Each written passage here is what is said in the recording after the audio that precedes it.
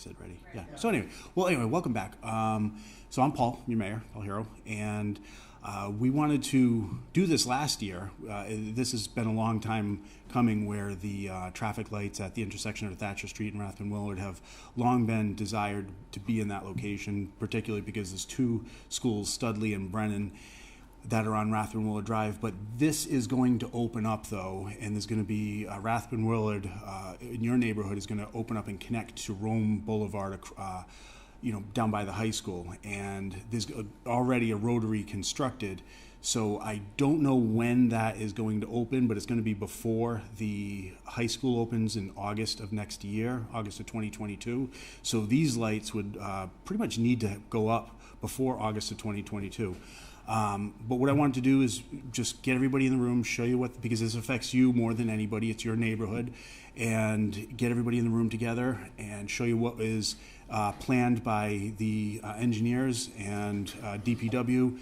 Mike Tyler, he's our superintendent. He and I actually started in Attleboro basically the same week, because he came over. Was it Swansea? You were the Rehoboth. He was a superintendent of public works over in Rehoboth, and then he actually lives on County Street, so he's local to the area as well. But he's got over 3 decades of experience doing public works and street repairs and road repairs. So anyway, with that, this is basically, we're going to show you what we're thinking about.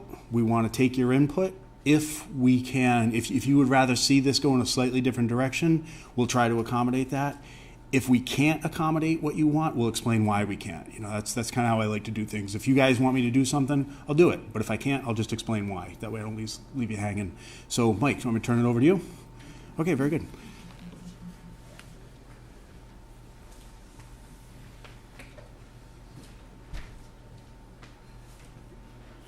Thank you, Mayor.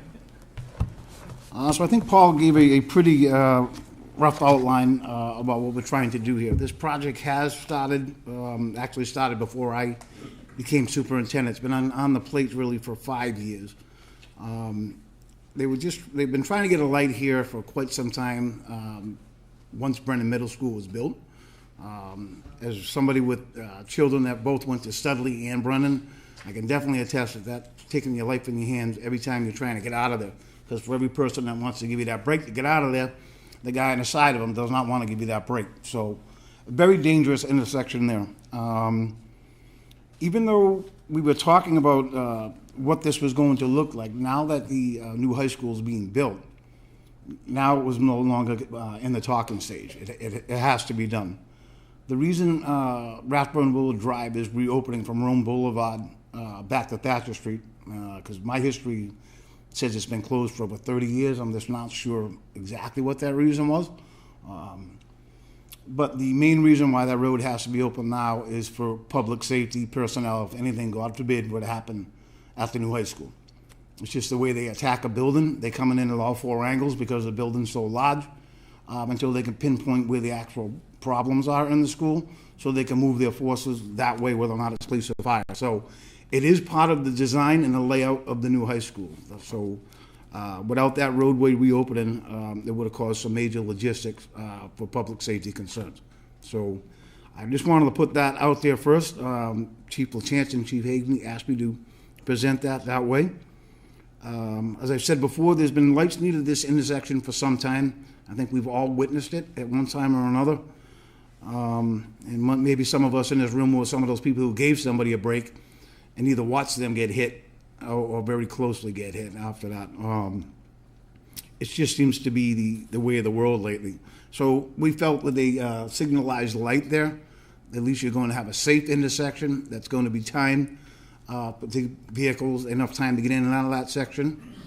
The timing of this light also, as you'll get more in depth once I hand it over to the traffic engineers, this light has to work in coordination with County Square. The city spent a lot of funds years ago to try to relieve some of that congestion that had at County Square, even though I can see it's been coming back a little bit since COVID kind of ceased. But we cannot create a problem down at County Square by putting a light here. So they have to be able to talk to one another in some way and come up with a reasonable amount of time so they both work correctly. To do that also means we take down the existing light right now that's at Schnell. There's always pros and cons to that. I will tell you that light right there is the oldest set of lights in the city of Attleboro. The cabinet right now looks like it's ready to fall on the ground. So with all the research that we did, we need that light removed because we feel that we're going to need that to stage cars. Again, I think as the mayor alluded to, we're going to be fixing some problems here. We are trying to look at this as not causing additional problems, but I think we have all been in the field enough to know when you change something, you do create a problem. Somewhere, even if you look as hard as you could, it does exist. That's why we asked everybody to come here tonight. We put all our heads into it for the past 4.5 years. Tom has done exclusive work on intersections like this, and I'm sorry, so has Tyler. So we've looked at a lot of different angles, but sometimes we're better off to go out to the people that live in that area because you see something every day that we don't see. So that's the reason for this meeting. I do have to add that I'm sure there's going to be a lot of questions after the presentation by Beta Engineering. Please understand that we're probably not going to be able to answer them for you tonight. If it's a new question, we have to do our due diligence. We do not want to speak off the cuff to anybody and just say no when we could be yes or vice versa. If it's something that logistically we think we can answer, then we will answer the question. So I just don't want anybody getting aggravated that they didn't answer the question. As the mayor said, answer the question. Ask the question. We'll write it down. We'll make sure we get back to you with an answer on that. So again, I want to thank everybody for taking their time out. I know the Zoom meeting, like the mayor alluded to, it was a disaster, and our apologies to everybody for taking their time that night. But we do feel this is a very important project, and the one thing we're trying to do right now, I should say the worst thing that we could do, is put these lights in here and then have to do some type of reconfiguration. It's the worst thing to do with traffic. We're already going to be altering their normal routines. And the worst thing we'd have to do is find out that we made a big mistake somewhere, and now 3 months down the road, we have to reconfigure it again. All we're going to do is create confusion for these drivers. So we're trying to get it right the first time, and we're hoping just to make minor tweaks in the system, most likely on traffic counter cars that actually use it. So at this time, I'm going to pass you over. This is the lead engineer on the project. His name is Tom Laughlin from Beta Engineering. I don't want to say assistant, so Tyler, he's the traffic engineer. The traffic engineer. So I'm going to hand it over to those, and then we'll come back up after the mayor and I. If you have any questions, I will try to answer it. And hopefully we can get a really good sense of what's going to go on here and get some good questions. So thank you very much. Thank you, Mike, and thank you, Mayor. So I'm very happy to be here. This is my first public meeting in over a year and a half, and I'm very happy to be back to this format rather than Zoom. So let me kind of step you through some of the ideas that we have here. First off, I think everyone kind of can orient themselves here from the map. This is the existing signal here at Snell and 123. And this here is the location that we're talking about here, Rathbun Willard Drive, and currently, almost directly across from Black Oak. History of the project, as Mike and the mayor had explained, the new high school kind of necessitated these changes to correct some traffic patterns, improve the response times into the high school. Traffic study was done as part of the high school project. Someone had mentioned McMahon Associates. They did the traffic study for the high school. We have used some of the numbers that were collected then and to try to adjust our numbers during this kind of COVID time when traffic fell off a little bit. We also had some other numbers, traffic volumes that the city had pre-COVID as well that helped us in projecting what traffic will be here. Preliminary design of the intersection was considered a while ago, as Mike had talked about. Funding for the project was allocated and begun, and as Mike said, tonight we're seeking input from the neighborhood on the final design of the intersection. Tyler and I both have specific disciplines that we think we're very good at. We are not experts of this neighborhood or the city of Attleboro, and I look forward to hearing some comments that help us be able to apply our knowledge to what you know about this neighborhood and the way people drive through it or react to it and everything else. Rathbun Willard currently provides access and egress into the Studley and Brennan Middle School. The new drive, as Mike had explained, is going to provide a different access. So right now, anyone going to those schools, they have to enter in on Rathbun, they have to come out on Rathbun. In the future, that's going to change for folks. Some folks, I know, are going to choose to enter from Rome Boulevard. They're not going to come all the way onto 123 to come on and enter into the school area. Some folks who do enter on from 123 may choose to exit going in the direction of Rome. So there'll be some adjustments to the way people kind of get used to this traffic pattern. Those adjustments might happen over a period of months because this won't be active until school begins and people start to realize that there's some new ways to do this, maybe some more convenient ways. Maybe this opens up some options for kids to walk to school differently too, because it's a little bit safer for that to happen with both the roundabout on one end and the signal on another end. As Mike had said, we have the ability within the signal equipment we'll put in to make those adjustments and to be able to coordinate that with County Square.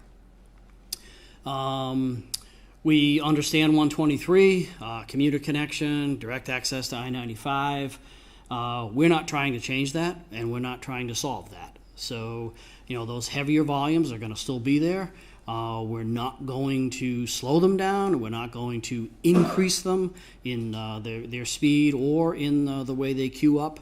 The one thing that we are going to avoid is traffic moving up into County Square and causing problems up there. We have a couple of ways that we're going to talk about and how we do that. Pedestrian improvements at the school, an important feature. Building a whole, introducing a whole new school complex and providing a location here for kids to cross. Right now, some of the crossings out there are a little unique, and the safer we can make them and easier they can be operated by the kids themselves would be an improvement. Some challenges we have, as Mike said, difficult to get out of Rathbun Willard now. And the signal is going to provide kind of dedicated time for lefts and rights to come out onto 123. Going to be safer for pedestrians crossing, getting over to the high school and the campus. It's going to maintain traffic flow along South Ave. It's going to be able to detect these volumes, give them designated times when they're going to go. And it's also going to develop a design that could work into some future ideas for South Ave itself. What does that mean? Well, that means that the city is considering things down on the other end of South Ave, Lathrop, down by the gas station, and the state is considering things as well down there. And this design is not going to limit what could happen down in those areas. Well, don't take my side yard, though. I'm sorry? I live on the corner of Black Oak Drive. You're not thinking of expanding the road to a four-lane highway?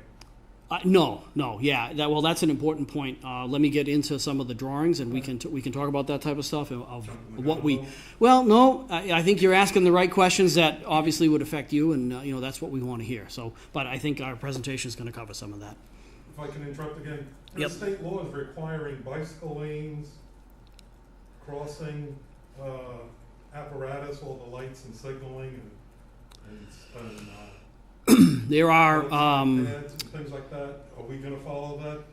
there are guidelines and laws that require us to accommodate to the best extent possible for bikes, certainly for pedestrians, and we are definitely improving pedestrian access.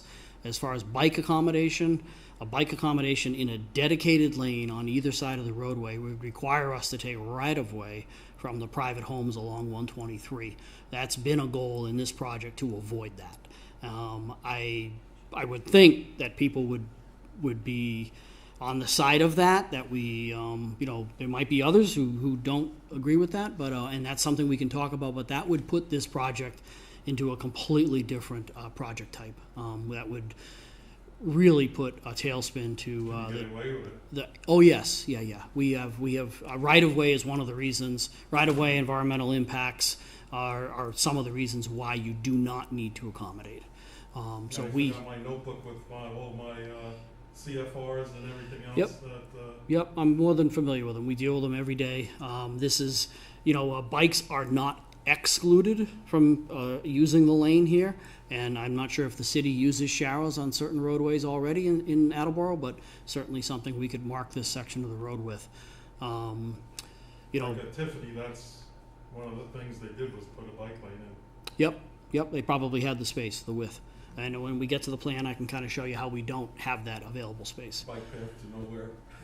Well, yeah, and we don't want to do that either, because that's just giving a kind of the bicyclist this level of comfort for 100 feet, and then all of a sudden it disappears. And where are they? They're Well, the man can ride up and down that thing on his bicycle, right? Yeah.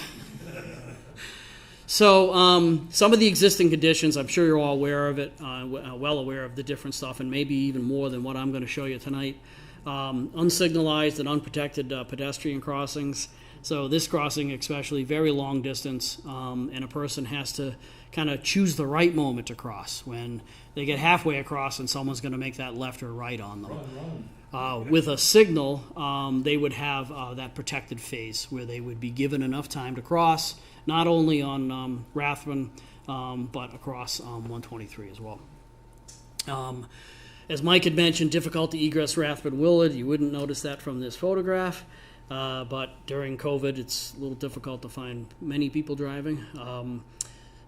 Typically, with school in session, especially in the earlier mornings, 6, 7 o'clock, 8 o'clock, which we have video of and counts, there is a queue that gets formed in both lanes, going left and right, and people are kind of picking their gaps very carefully to get in and out. I'm sure you're well aware of that on many of the side streets along 123. We're well aware of the operations on 123. Definitely a commuter route. The buses run this road. School buses that come into the school along the way. A good number of trucks, both coming down using Pedro's gas station and also continuing on down to 95. This is the proposed connection. I'm not sure if folks have seen this. This is a plan we kind of cobbled together from a bunch of different sets from different groups of people. But it shows the connection here. This is sorry about that. Getting used to this thing. This is the roundabout we talked about here. This is the new high school complex and some of the fields over in this area. This is one of the schools. This here is the Studley School here. This here is the new signal that we're talking about. So this whole roadway, all the way down through here, will be connected. People that currently travel now from this area in the Rome Boulevard and stuff, some folks travel actually all the way up Lathrop, take a left on Thacher, come all the way down Thacher, come up to the light here at Snell, then take a left and come down here on 123. Pretty complicated travel. You just if you're going to eliminate the Snell light, you just made a new shortcut going down Rome. Well, I'm not going to call it a shortcut. There's probably, we are counting probably 30 or 40 cars in the hour that make that move, and most of them come at certain times. So we're going to take them out of that Thacher neighborhood, and we're going to keep them on some more main roadways that get them to where they're going. The lights thing on Snell, you eliminate the Thacher Street shortcut from West Street or Lathrop Drive or whatever. Well, yes, we think that many people are traveling that way, not necessarily for a shortcut, but more from a safety perspective. That is their way to get to 123 in a safe manner. And this is going to provide them with that same safe manner. First time I heard anyone say safety or safe. Did anyone do a study on a safety study where a traffic light would improve the safety of the intersection rather than... Yes, we have. Yeah, we have done both. We have looked at volumes for the roadway. Who did that work?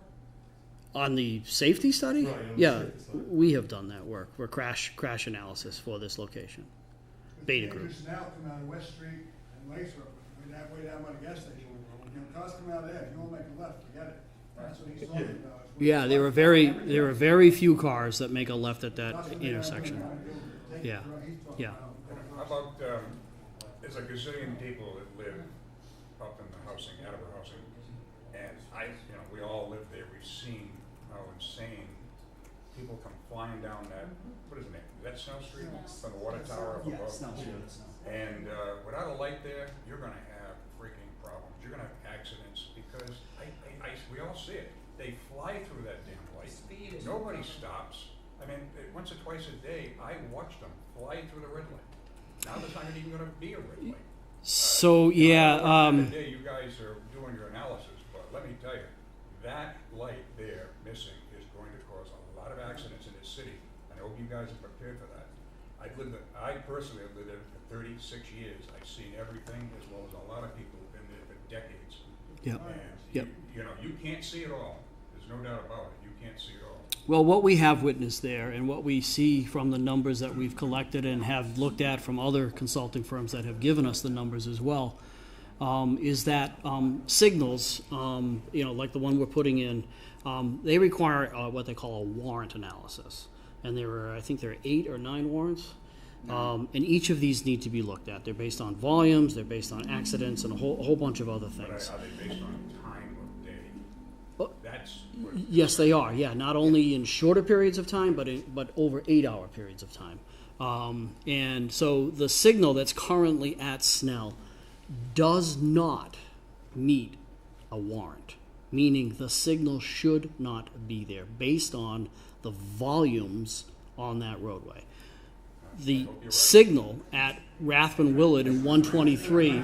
absolutely do not agree, sir. Oh, okay. Well, let me explain. Let me There's going to be accidents. No doubt about it. let me finish my explanation. Okay, and then we can disagree. Could I finish this here first? Okay. So, in our analysis, we do see that a signal is warranted at Rathbun Willard. What we see at the Snell operation is that the signal is extremely finicky, to say the least. Okay, the detection equipment at that signal is placed in a particular way where, in order for the vehicle to be detected, that the signal notices that the vehicle is there, the driver has to kind of hang back. But if the driver does hang back, they don't really get a view of the traffic on 123.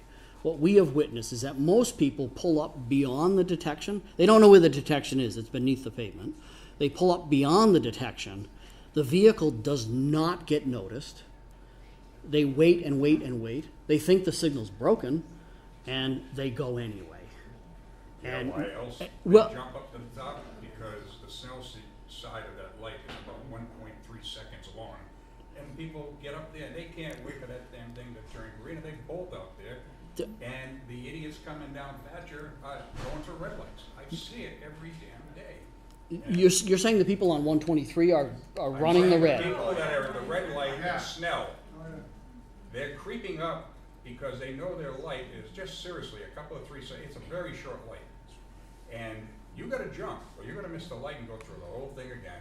At the same time, especially coming from County Square, these idiots are going into that red light. They're going through the red light between 30 and 45 miles an hour. They're not stopping. Yep. So I'm telling you, the city is going to have lawsuits at the rear end. So it would seem that people are reacting to the way the signal operates, and they are adjusting their decisions based on their Imagine experience. what it's going to be like without a signal.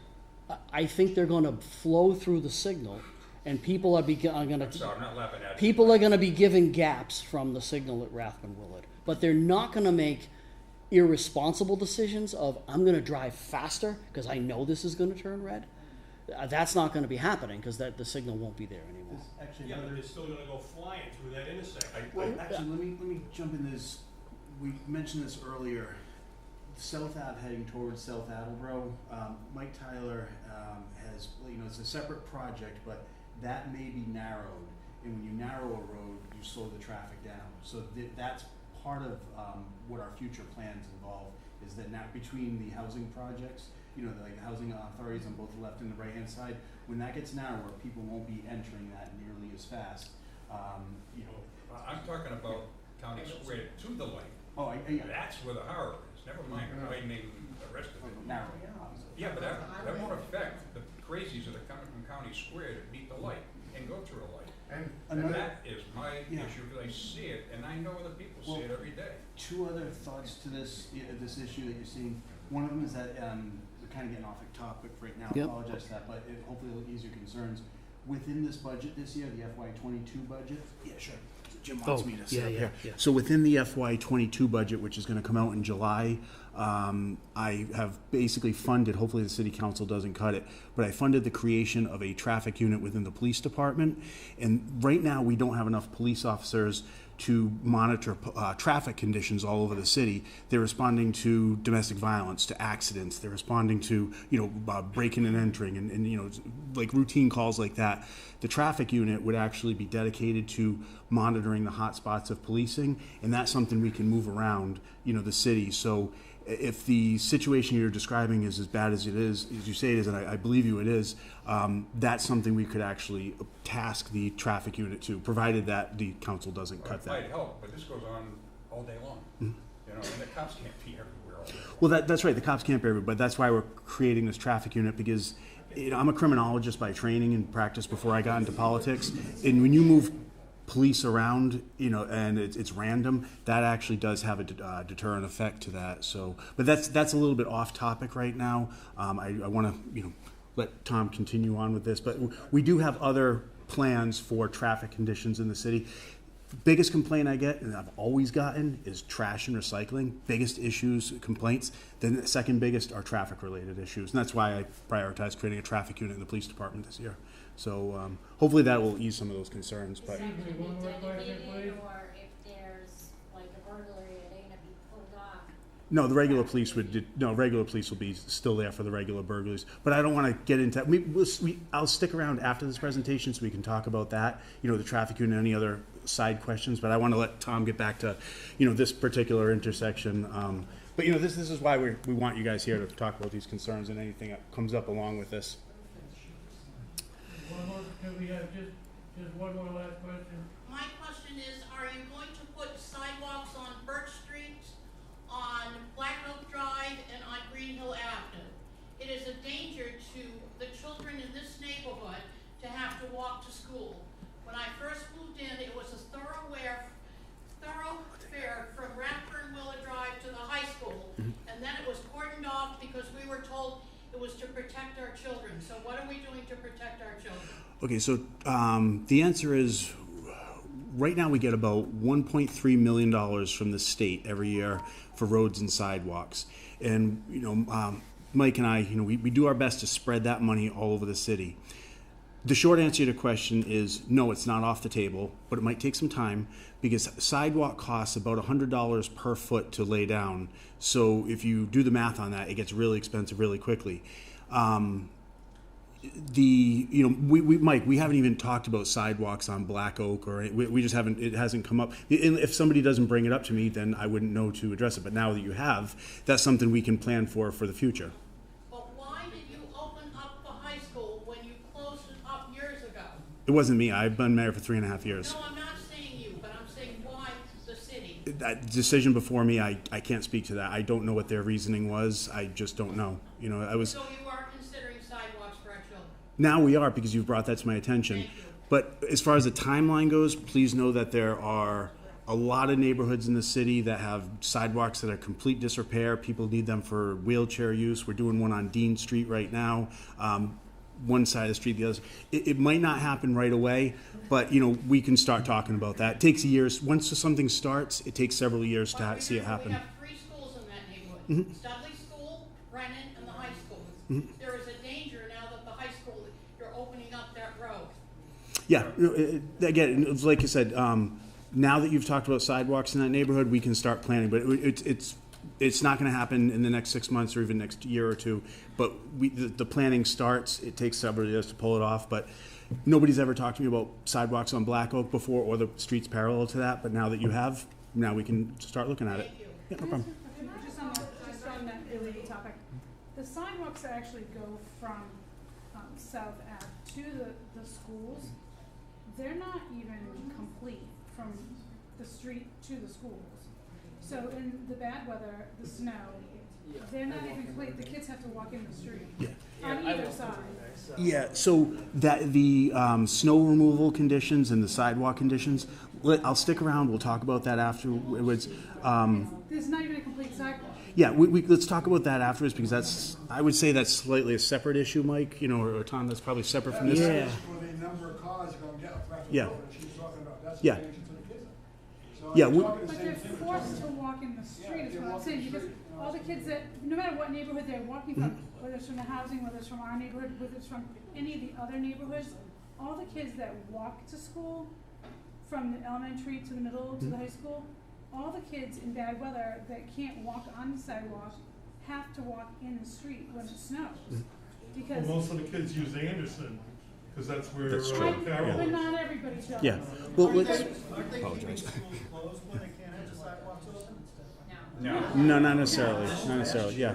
So we can talk more about the, Mike is in charge of the snow removal operations, although when it comes to the schools do slightly a distance from the schools, so, but I'll happily stick around. I just want to let Tom get back to. Yeah, let me just the- address a couple points on that. First, on the thing about sidewalks.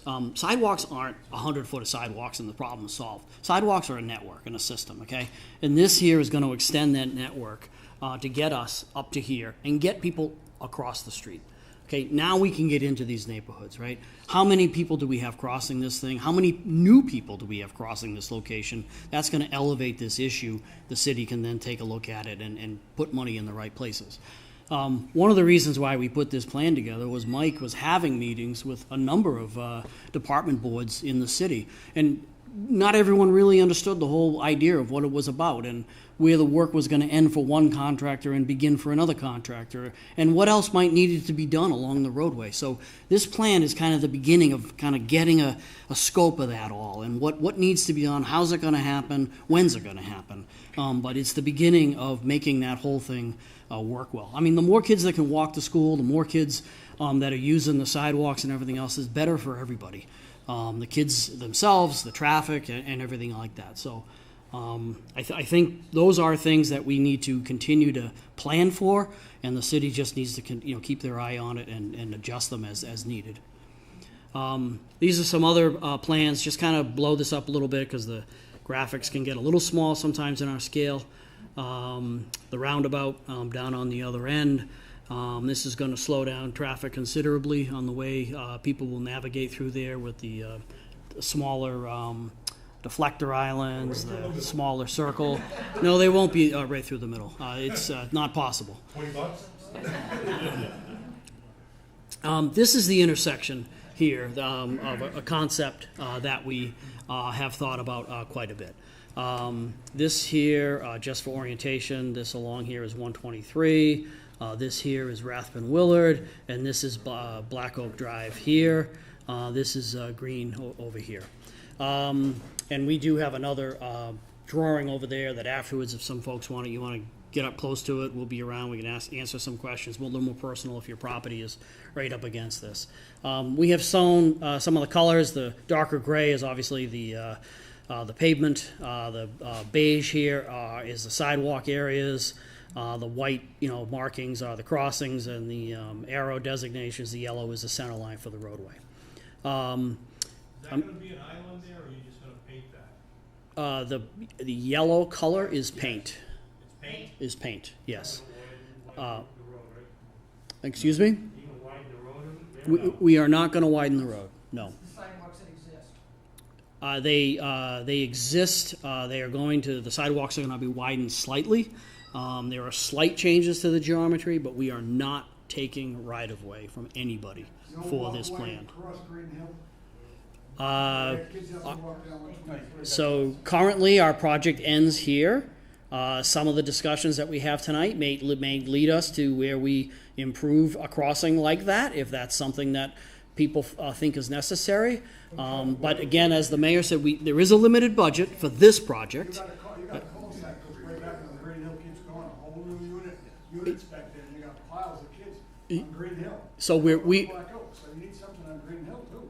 Okay, we're not changing the way in which Green Hill crosses right now. But again, if it's worn out, if the crossings, the curb ramps themselves are inadequate, it's inside of the budget that we have for this and the timeline, I'm sure the city would consider that type of stuff. And Tyler here has taken those notes, and we're including that type of input that we have, and we will make a visit and check out everything that everyone's talking about these different conditions. So the other crosswalk is going to be, there's like a crosser. This one here? Down. Has that been moved? Which across which street? Like there's Across. like a second set of one of these over here. Is that's going to be that is being taken out. Mm-hmm. Yes, that is being taken out and moved up to the signal, so that a pedestrian would be able to use the pedestrian button, have a protected crossing, and time to cross the street safely. What about the crossing at Anderson? There's coming up too, right? The other way. The crossing at Anderson is actually not a legal crossing because it's not ADA compliant sidewalks on either side, so that will be removed. So there will be no crossing guard there? At Anderson, that's correct, because it's technically not supposed to be there right now anyway, because it's not ADA Are they compliant. moving her up, or are you gonna put a flashing light like you have at Capron? She would be moved up, that particular crossing guard. She will be there? Up to this location, yeah. That light, the cross, the new light that's gonna operate there, the kid's gonna have a button on that light that they can cross 123? Absolutely. And there will be a guard there? During school hours. During school hours? Yeah, Okay. yep. And that button will also allow people to be safely cross Rathbun Willard and have that same type of protection. Will it be a light like they have at Capron where it flashes? No. Capron, what is it? A diamond-shaped sign that flashes? No. This is a crossing just like in the city downtown Attleboro. You press the button, all the traffic stops. You cross. Sometime. So one thing in this plan, I know this has been discussed before, but one thing in this plan is Black Oak Drive. We would allow vehicles to turn in, taking a right turn into Black Oak Drive, but there would be no exits from Black Oak Drive. We would get out over here on this end here. So when the traffic light is red and the traffic is backed up 2 miles, how the hell are you gonna make a left over there? That's You ridiculous. can't make a left now. That's the issue right now, that. I'd like to say something. You can't get out of Green Hill. Hold on, there's someone speaking. I'm sorry. Okay, yep. You can't get out of Green Hill. Most people go to Black Oak. There you go. Because it's easier to get left out of Black Oak. That's the issue. So that's Okay. why when we thought the light was going in years ago, that it was gonna signal so Black Oak can go as well. Now that you're doing that and making it just so that you can go out of Green Hill, nobody's ever gonna be able to get out because, to take a left turn, because as of right now, you can't even get out of there. Well, not to mention that, but when like they said, when the light turns red, how many cars fit between that? Yeah, there's 10 cars. One there. car, 4 or 5 cars. stop Okay, and now- okay. And I personally. Understood. And sir, you have a question? That's the question I have. Okay, great. I live on Birch Street, and I sit, when I'm retired, I sit at my front window, and I could count on a daily basis at least 25 to 30 cars that come down Green Hill, take Birch Street, go down Black Oak to get out. They will not go down Green Hill to get out at all, Okay. I can't get out. Unless you're going right, it's fine. But if you're gonna take a left, you'll never get out of it. And I can account that all the streets within Green Hill and Birch and up the hill and around, it's all enclosed by these 2 streets. I took the time and counted, there's over 180 vehicles in that neighborhood. 180 plus. And you think this is gonna work? It is not. It's gonna work for the school, it's going to screw our neighborhood, big time. Okay. And I think very little consideration has been given to this. If you think a one-way down on Black Oak is gonna work, sir, it is not. We're all going, everybody is gonna go up Black Oak, unless you barricade it. You don't wanna do that. Let me just interject. One of the reasons that we're here tonight is to take your consideration. So before you get your blood get too boiled, know that the reason you're here tonight is so we can No, incorporate. but you understand our frustration? We do, yeah. Please. That's why you're here tonight. Yeah, Yeah, because we value that. we That's just- the whole point. my own opinion is you're probably gonna do a pretty good job with the school traffic, but we're gonna pay the price. Without a doubt, we are gonna pay the price. To get to 95, I'd have my grandsons go out and go right on Green Hill, down County Street, up Tiffany Street, back 123, to get to 95. They don't dare make a left there worth their life. Make the whole big turn to come out. Okay, that's, Make a left out there in traffic and just get killed. Okay. My daughter does the same thing. She's a new driver, and to go left, she can't take a left because it's so busy. She's new. What's gonna do now? But she takes the right, she goes into, the left at County, turns around in Dunkin' Donuts and comes back. So 5 minutes out of way. Yep. Similar things I've taught my daughters to drive as well, and they still do it at certain locations. So we've got that as a comment, something we need to reconsider. Let me finish this and tell you why we've considered this and how it helps this situation. There's in a setup like this where we have approaching roadways into the main line of traffic, this is an offset on the roadways. And what we would need to do here is what they call split timing, where we would have to give dedicated time to this roadway and then dedicated time to this roadway. Otherwise, we'd have vehicles that have the potential to be crashing into each other because they're following in similar patterns or they're conflicting each other in the lefts and right turns that they make. So by eliminating one of the legs of the intersection in the split timing, we allow the rest of the signal to operate in a smoother operation, has a better level of service, thus keeping the traffic to back up into County Square and cause problems up there. Let me finish. And All right, you still my hand, all right? yeah, I do. Yeah, Okay. Yep. So that is why the reason that we would like to try this type of scenario. What we've heard is it's difficult getting out of here. There's sight distance issues, things that we're going to have to look at a little more carefully, make sure that what we're talking about is reasonable, and also probably have to talk to Mike and the mayor about what we might need to do differently if we were to allow this to be into the intersection, which we have looked at. We have looked at those counts. We have shown the drawings and the geometry for that scenario. With this stop line here and this crosswalk moves back into this area here. It lengthens the amount of area in the middle here, but it's a concept that we have, and we'll need to look at it again based on some of the stuff we've heard. Here I'm going to have Tyler step up and talk a little bit about the traffic operations and some of the methods that we're using in this signal system. Thanks, Tom. Tyler DeRuiter, traffic engineer with Beta Group. I've been over here taking notes, jotting down all your comments. Thank you very much for all of those. As Tom noted, you're talking about traffic signal operations. This is a traditional signal that we're looking at. We want to do video detection for all the approaches. I'm sure you've seen those before. Video camera looks at the approach and can see the car, and that's how it tells the controller to give it a green. We want to add vehicle preemption equipment, which again is used in the city. Those are the little, when the truck comes, it can see the truck, it gives them a green so they can keep going on 123 or Rathbun Willard if they're coming out of the high school or any of the schools. Thacher Street with the left turn lane that Tom showed you would have a left turn protected permitted, so we can give a green arrow for those left turns to go first.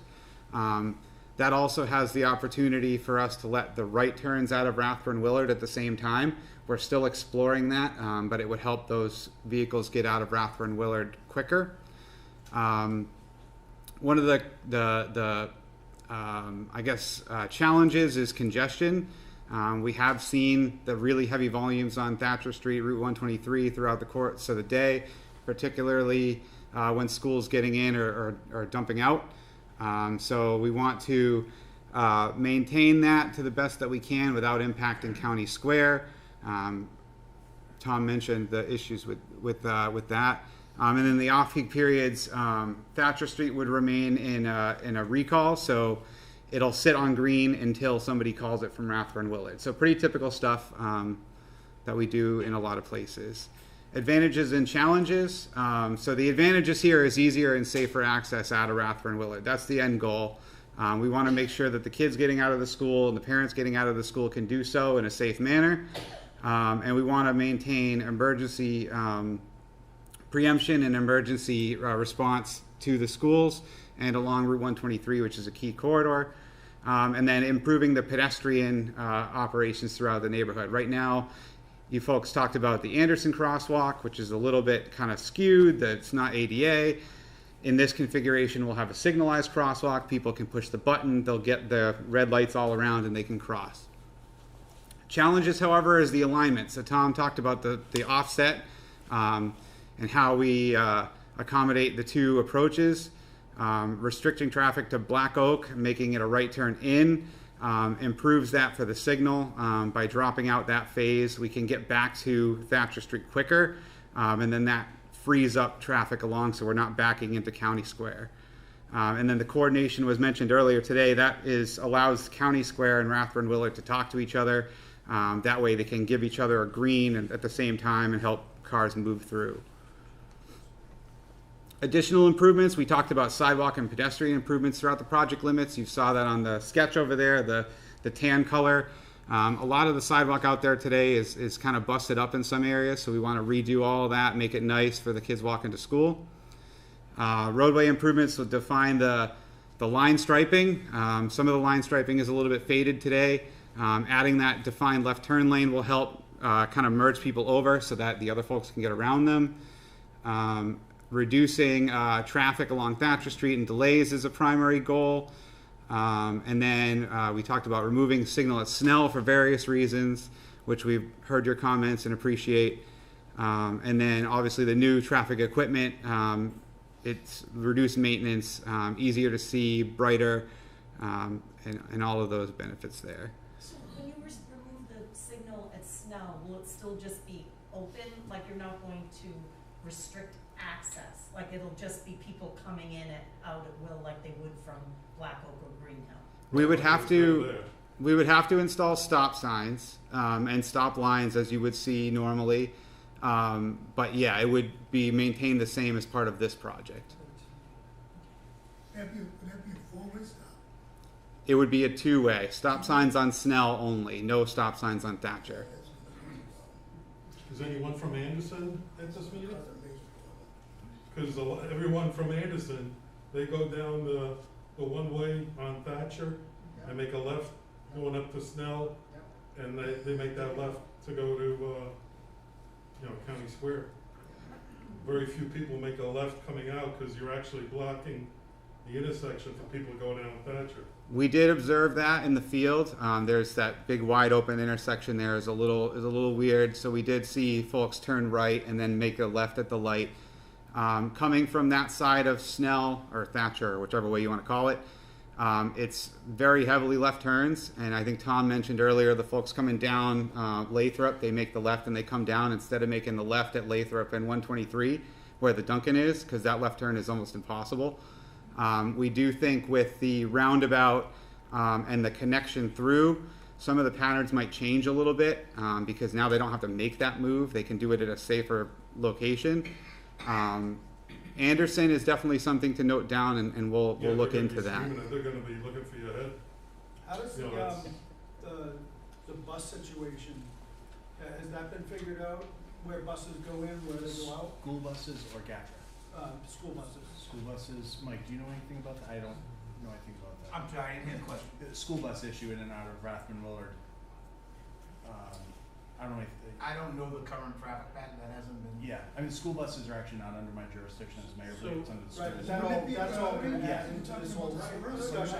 How many buses have to come out onto 123? Oh, that I don't know the answer to that. So to the bus thing though, too, is right now, coming from South Attleboro, the school buses would take a left at the gas station, to go to the high school. Now they're gonna be coming all the way up to the light, the new light, to take the left to go to the high school.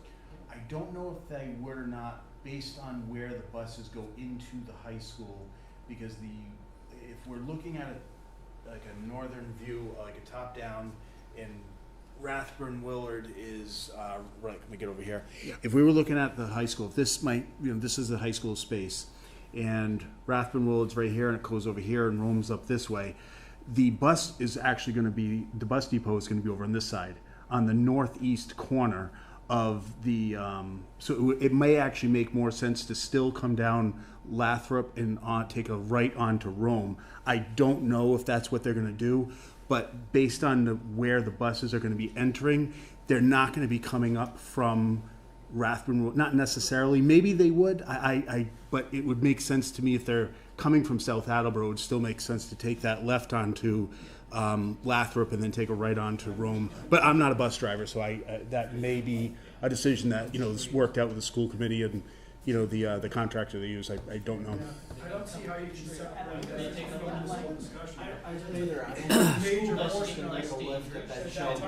Yeah, so that's an issue that we don't have a lot of information on. However, again, as we make these changes and make that connection, a lot of those buses that are going to the elementary school and the middle school are probably going to enter from the Rome side and not come all the way around and come in on 123 because they can now. They're going to have a shorter.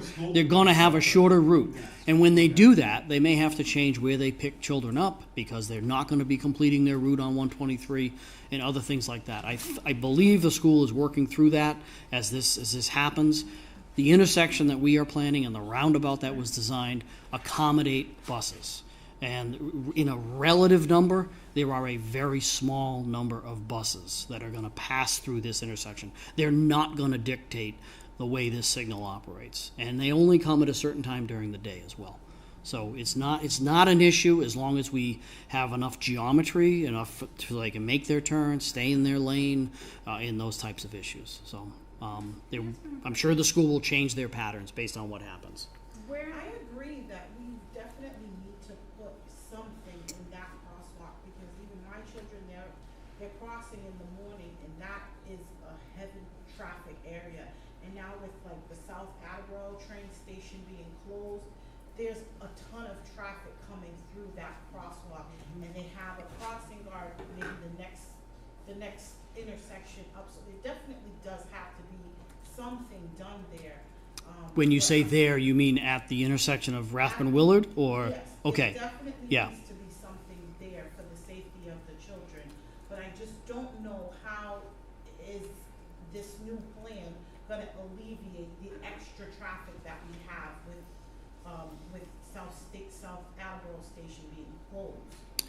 Well, South Attleboro Station being closed is they're moving the station, so that traffic as they reopen the new one is going to change again.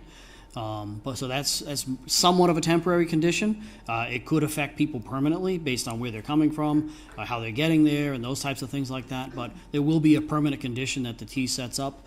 And then patterns will shift again. I will tell you one thing, the more changes we make, either in building type, land use, or traffic controls that we put in place, the more people change their driving habits. So this is a dynamic situation. It's not, we put in something and it's fixed for life.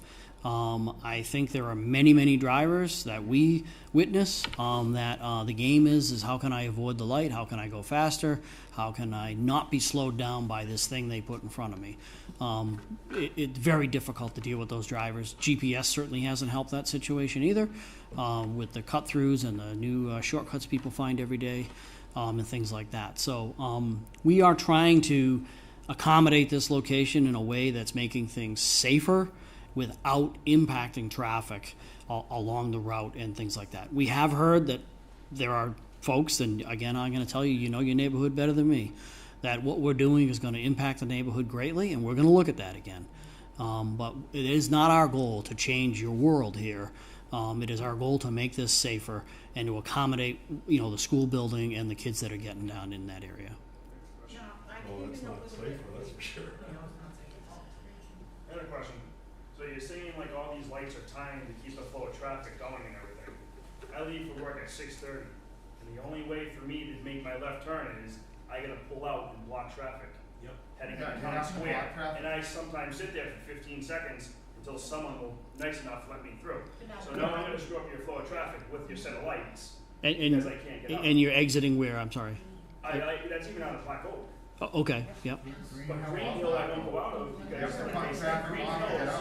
Green Hill has a bend to it, so you can't see traffic coming from County Square. So you're saying safety, so you're gonna take away me coming up Black Oak where I can see clearly.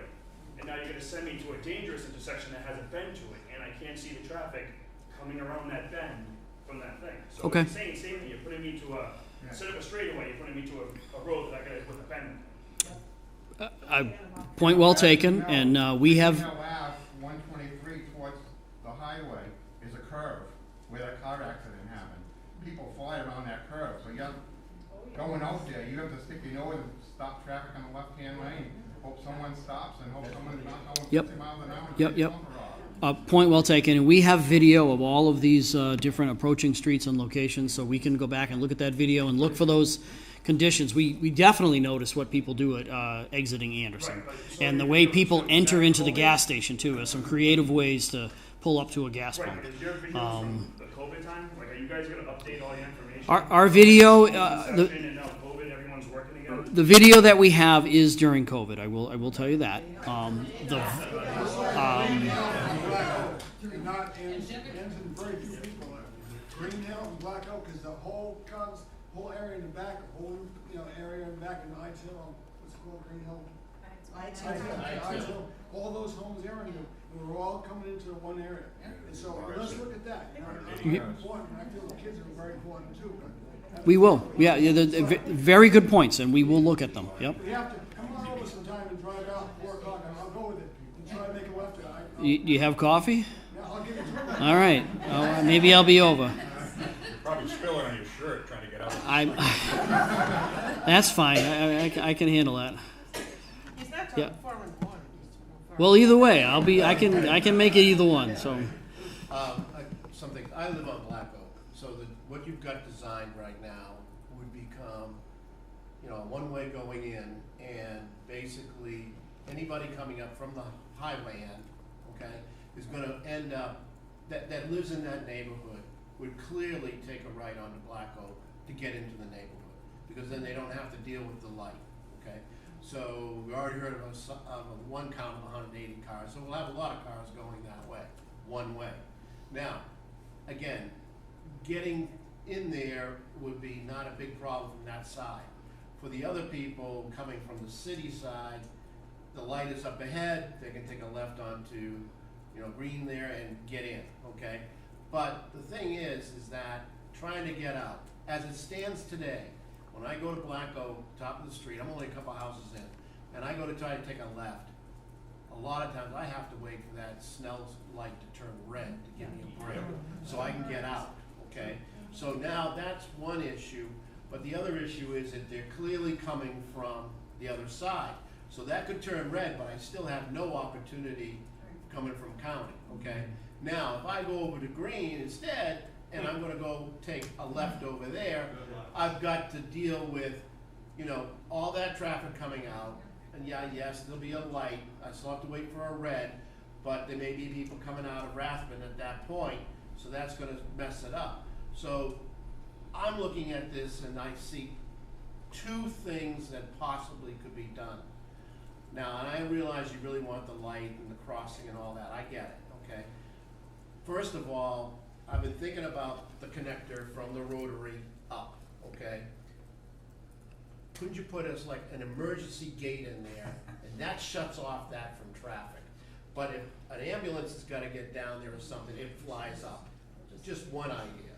The other is, I guess at this point, is that I would see either one of those streets would have to have a traffic light coordinated with Rathbun Willard for everybody in that area to get out, because you're not gonna be able to get out to the left. Either one of the streets you're talking, either Oak or Green. Yeah. Oak or Green, right? Yep. Either one of Yep. them are gonna have to have a light coordinated. Be with connected that. to the signal. There's Yeah. not enough room Yep. though between that light and Green Hill though, so it would have to be on Black Oak.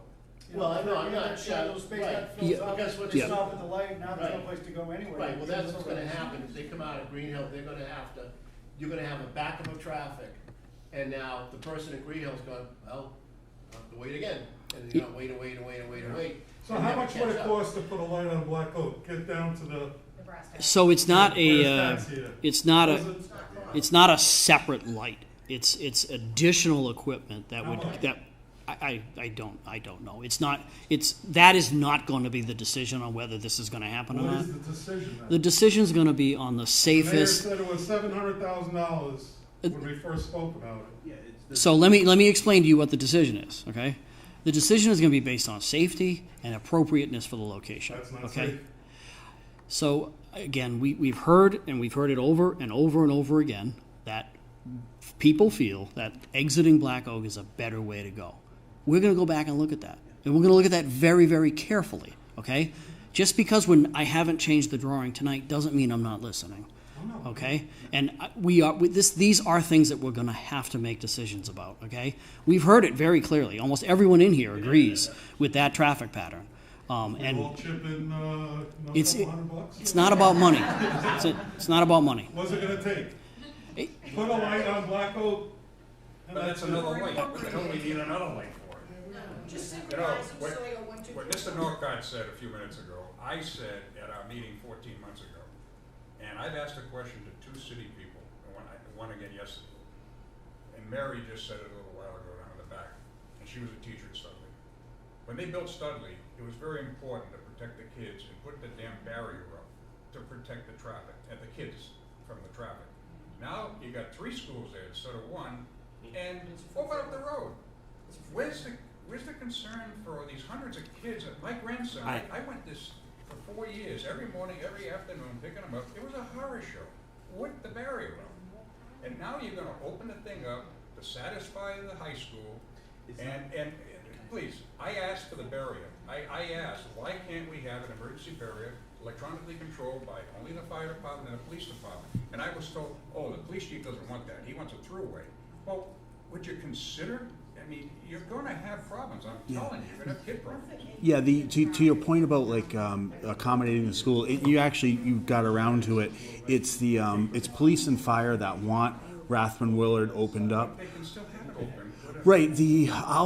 What we'll have to do is I'll find out what the reason is, because what I said at the beginning of this, if we can do something, we will. If we can't, I'll tell you why we can't. So what I'll do is I'll find out about that barrier issue, and if you just send me an email, because I think everybody here has my email, you got the letter. I think you also have my cell phone number. So, but what I'll do is I'll find out what the answer is about that barrier, and just available to police and fire. And if it's something we can do, we'll do it. If we can't, I'll tell you why. It needs to have an emergency entrance to the back of the high school. There's no argument there. But why does it have to be 24/7? I don't know. Crazy. Maybe it doesn't. Maybe it doesn't. It's just, yeah. I think everybody here at some point had their kids at Studley and it was a problem then, 35, 40 years ago, and then they built Brennan behind it, which makes it 100 times worse. I was a student. Now you open the damn road up. Yeah, I was. It makes no sense. I'm not yelling at you. No. It's frustrating. 1986, It makes no 80, sense. 85, 86, 87. I was actually at Studley myself. Well, there you go. I was, See, yeah. that didn't barely help you. So, but no, like I said though, if we can do something that is satisfying to you guys, we'll do it. If we can't do it, I'll explain why we can't do it. And that's the fairest I can offer. The 2 people I spoke to just shut me right off. No, that's what they want. I said, well, how about listening to the... Well, that's yeah. Actually, this I found to be extremely valuable tonight, because that is one ringtone. So Jim, you have a question, or you?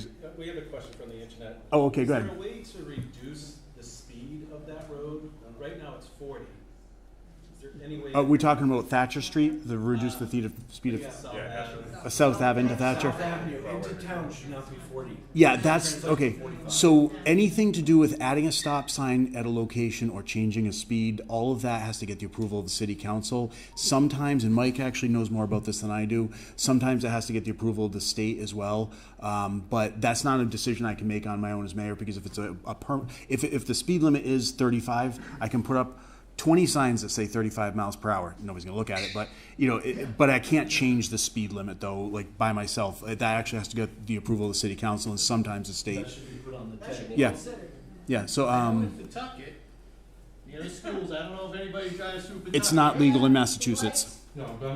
It's not. So the governor actually just submitted. So I knew you were going with that, and it's the traffic cameras. that take your picture. So we're not actually allowed to have those in Massachusetts, but the governor just about 2 or 3 weeks ago submitted legislation to the legislature, the House and the Senate, to make it legal in Massachusetts. But right now, in fact, Mike, we were talking about that with the police chief. We were talking about having traffic cameras that would send somebody a ticket if they go in excess of the speed limit. That's what we have in front of that school on Newport Ave in Pawtucket. But then there's also the traffic cameras that you will get a ticket for if you go through a red light. Those sometimes cause rear ends, like people, they slam on their brakes and then you get rear-ended. But neither. Yeah, but it's right. Yeah, I like the idea. Right now, it's not legal in Massachusetts. You won't find those anywhere in the state. And actually, Mike, we were just how many weeks ago was that? 2 or 3 weeks ago, we were going back and we were going back and forth. The police chief said it's legal. We finally spoke to DOT, and then within a day or so, it just by pure coincidence, the governor had submitted something to the legislature. You guys familiar with that as well? Yep. Yeah. I think it has a really strong chance of passing because. But school zones, right? I don't know if it was it just for school zones? This has been an issue for as long as I've been an engineer, and it's in the last 4 to 5 years, MassDOT has taken a much more aggressive stance on being able to allow municipalities some flexibility in making decisions on their own.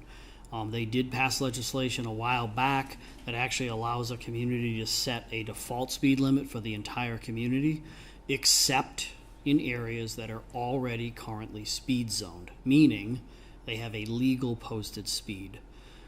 South Ave has a legal posted speed. It is 40 miles an hour.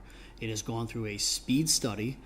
I would venture to guess it was probably done in the 50s or 60s when South Ave was a completely different roadway and people felt that they could drive faster along that roadway. Current state law, a little crazy, but it says that speed limits are set by the way in which people drive the roadway. So they look at the 85th percentile of a group of platoon vehicles, and that mark is what they consider to be what drivers consider to be a safe and appropriate speed. So that what ends up happening is a lot of communities say, well, let's go out and do that speed study again. And what ends up coming back is we need to increase the speed of this road because people are traveling too fast. So you do not want to do a speed study. What you want to try to do, and we had talked about it a little bit, is we want to change the character of South Avenue so that people don't feel as though they can drive 80 miles an hour. The road is too wide. It is just too wide. There is too much pavement. There's too much ability for people to pass each other, to just go faster. So what the mayor's idea is, and Mike has been working on, is changing the character of South Ave to slow people down and get them to know that I'm in a neighborhood. I have things around me. I always like to say that people respond and slow down not based on what's going around them with human beings, but more about are they going to dent their tires? Is their rim going to get damaged? Vertical curbing plays a big role in this, of getting people to recognize that, hey, gee, if I were to go too close to the curb, I might scratch my car. And those sound like crazy things, but that is what people are concerned about, and they drive way too fast. So trying to change the character of the road, trying to improve the geometry along this way. This is one step in getting there, but these projects just don't happen overnight. That is a project that we're going to hopefully be able to get through to the state and have some, be a longer term project. But that's the idea, is to slow people down. If I can, one of the ways I think about, and I learned this on my time since being mayor, and I learned it from somebody else. It's the 3 E's of traffic, and you want to approach something in this order because it's the least intrusive to the most intrusive. The first one is education, better signage. Maybe some more, like speed radars, for example, or that's one of them. Better, education. Just let people know what the conditions are and what they're expected to follow. The second one is enforcement. That's better police presence. That's a little bit more expensive. That's another one. The third one, and the third thing you want to do is engineer. And that's when you actually start changing the roadways, rotaries, putting down traffic lights. So when we think about this, we always think of the least intrusive first, with education first, enforcement second, engineering third. And that's how I approach any traffic issue. And it's the second biggest issue I deal with, from constituent complaints in the city. I'm sure you've heard that before. Yeah, it's a good common sense the way to look at it. And we approach it in the same way, where we would apply signage, stop signs and things like that. We would elevate up, into an area, and, a signal would be, kind of the last resort. In a lot of areas, we try to use roundabouts as a solution. A roundabout does not work here because we don't have enough size, a right-of-way available for the area. But and they have other issues with them as well. But I again very clearly heard that the way we're managing Black Oak, probably not the best way. We need to go back and look at that. We need to have those discussions with Mike and the mayor about what we need to do maybe additionally to the signal to make sure that when we do that, or if we do that, how it will not impact County Square. It's the only two roads coming out. Yeah, correct. We If we can. have one way out, that's fine with a light, that would be great. Yeah, we cannot. There would not be the availability to put two signals in, one at Black Oak and Because on Green Hill, they come Yeah. flying around the corner and you're never gonna get out anyway. Right. Right. Yeah, you can go on So- the right there. so where were we? We got one more left. Yeah. Okay.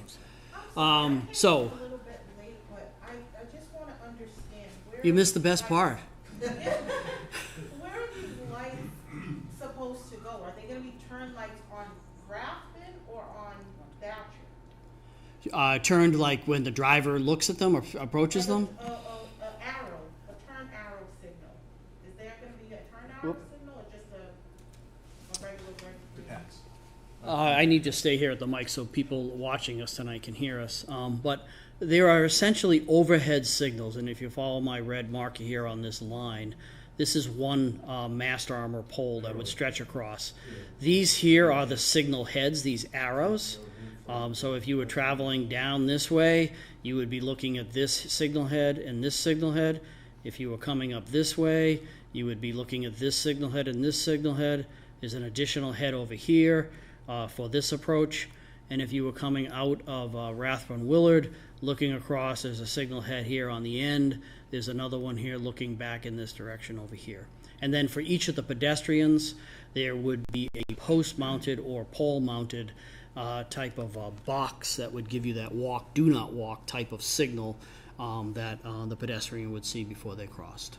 This is a traffic light. Traffic lights, yes. So are we moving the one that's at the gas station? Yes, we are. That is being removed.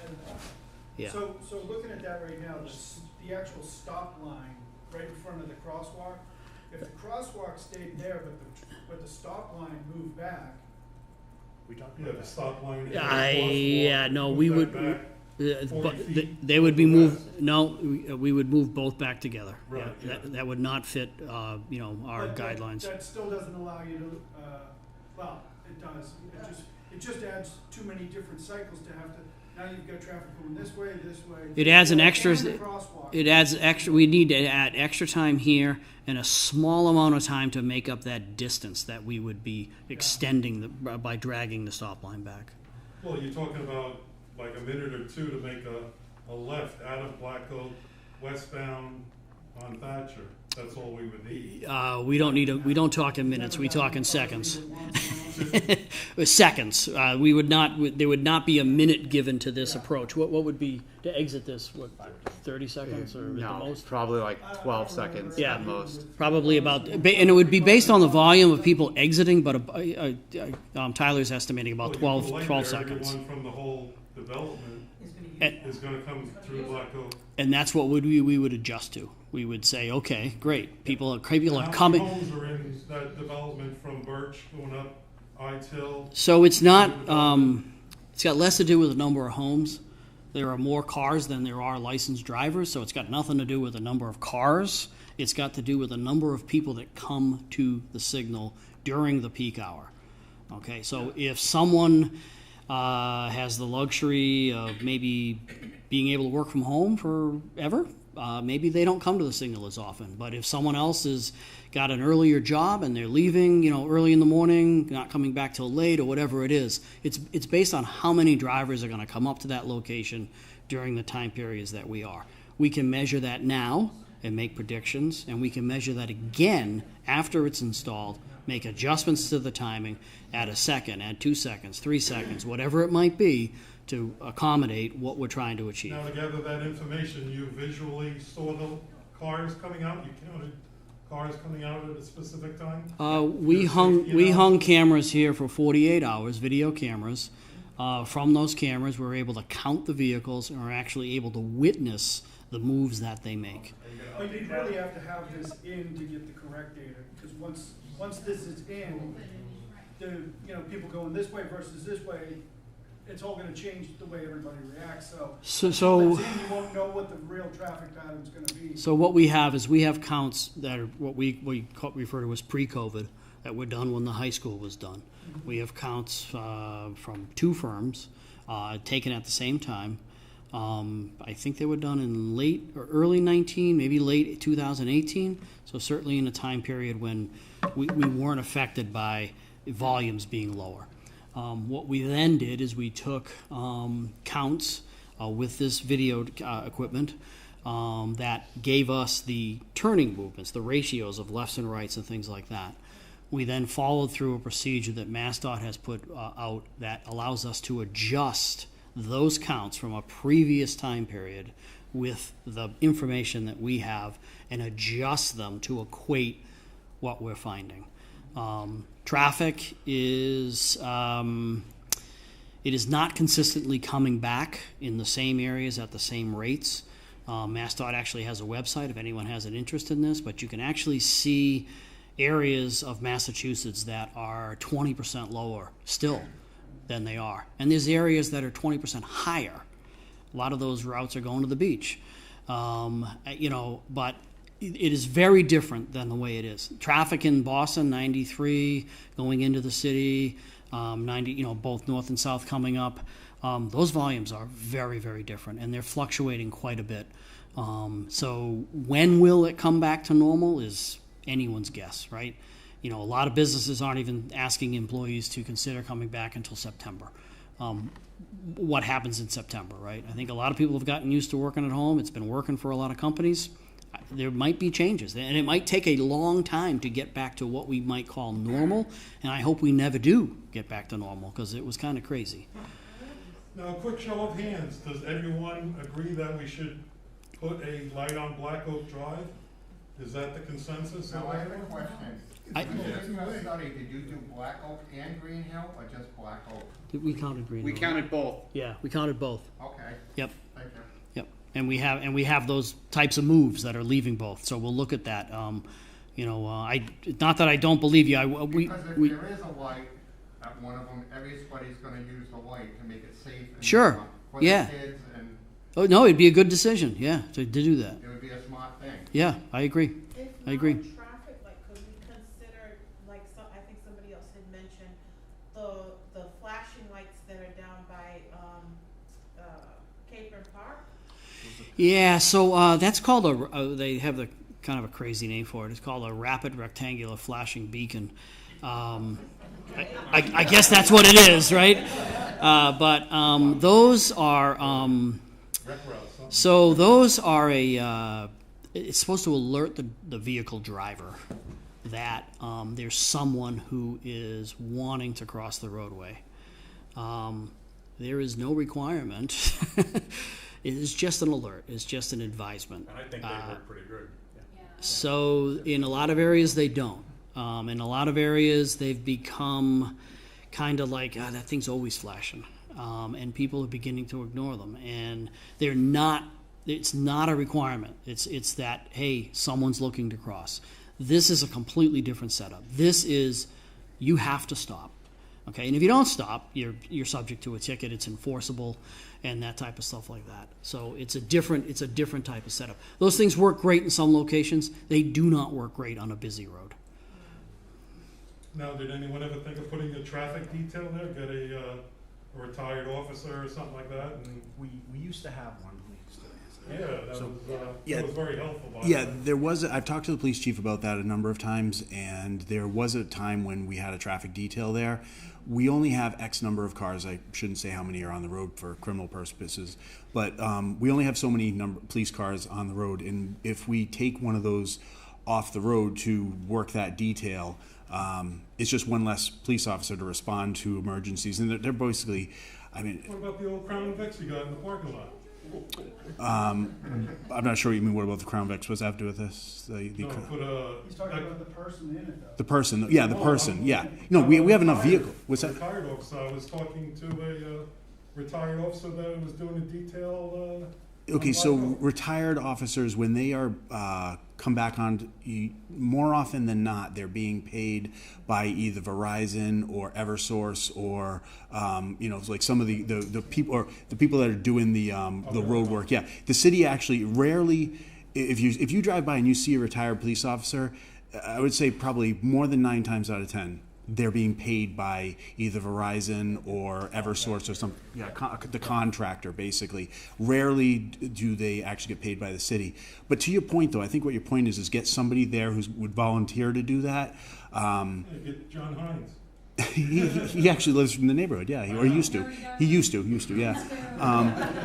He used to live there.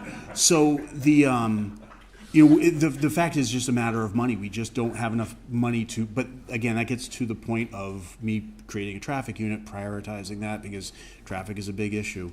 I just want to point out though that I can stay later at 7:55 right now. This is a hockey game. I didn't even know hockey was playing. I mean, they're going to. Is it a hockey game? Yeah, I don't follow sports. I'm sorry. My brain only has so much bandwidth. I'm happy to stick around and continue to answer questions about this or anything else. But I think you've probably given your presentation. But this was, from my point of view, and I think from Tom and Mike and Tyler as well, it's invaluable to have your input. I don't know if many of you know this. My father owns County Square Pharmacy. He owns that. He's had that for 50 years. He owns the property with Dunkin' Donuts as well. I'm from the area. I went to Studley. So when you think of government, and Mike used to actually be the chair of the school committee. Mike was previously elected in Attleboro. He was Ward 6 school committee member and was the chair of the school committee. But, when you think of government, though, at least at this level, I don't know, I can't speak for other jurisdictions or other levels, but, I'm a member of the community. I live on Newport Ave. My mom lives on Union Street. Please don't look at this project as this is what big government is going to impose on you. The point of tonight was to get your input, to show you what we were thinking and get your thoughts about that. I never ever make a decision alone. Never. In my job as mayor, if I made decisions alone, I would get in trouble all the time. I mean, I can't tell you how many stupid ideas I've proposed and people have said, Paul, it's a stupid idea and here's why. And so we tweak it. I mean, I listen to the department heads. The department heads work with the engineers. We never make decisions alone, and you guys are part of that. I think what we are going to come back with the next time we meet is going to look different than this. And you'll see in the next iteration that some of your concerns were addressed in the next iteration that we're going to do. I don't know what that's going to look like. I'm not an engineer. These guys are the engineers. Mike's the subject matter expert locally. But they heard you, I heard you, and it was really, really useful to have you guys come in. But did we make it clear that everyone basically wants a traffic light on Black Oak Drive, right? That's what you heard. There's a couple of folks that are in this area. Yeah, not everybody wants it, but yeah. So if we can do that, we will. If we can't, we'll explain why. What's the timeline for that decision? I don't know. That's actually Tom. So again, we have the concept drawn. I think we're going to have to look at it a little bit more, and probably the biggest part of our analysis is not going to be this location. It's going to be how this location affects County Square. Will there be a balance taken? I mean, obviously, right now it's swung to allow best flow through county. So I'm not sure there is a best flow through county. I don't want to make county worse. I'm not gonna sit here and tell you I'm gonna fix county either. So that's all we're trying to do is not make county worse and not put traffic so far back in a queue that it's going to block county. So that's what we're trying to avoid. Because we're just a small group compared to all the folks that will flow up and down and through county, but it's equally important that we be able to get out safely. Absolutely, yeah.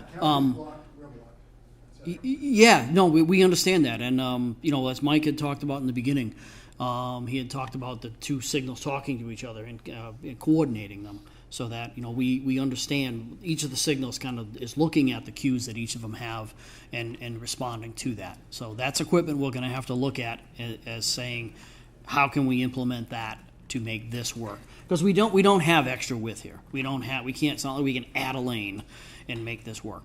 So the timeline for that?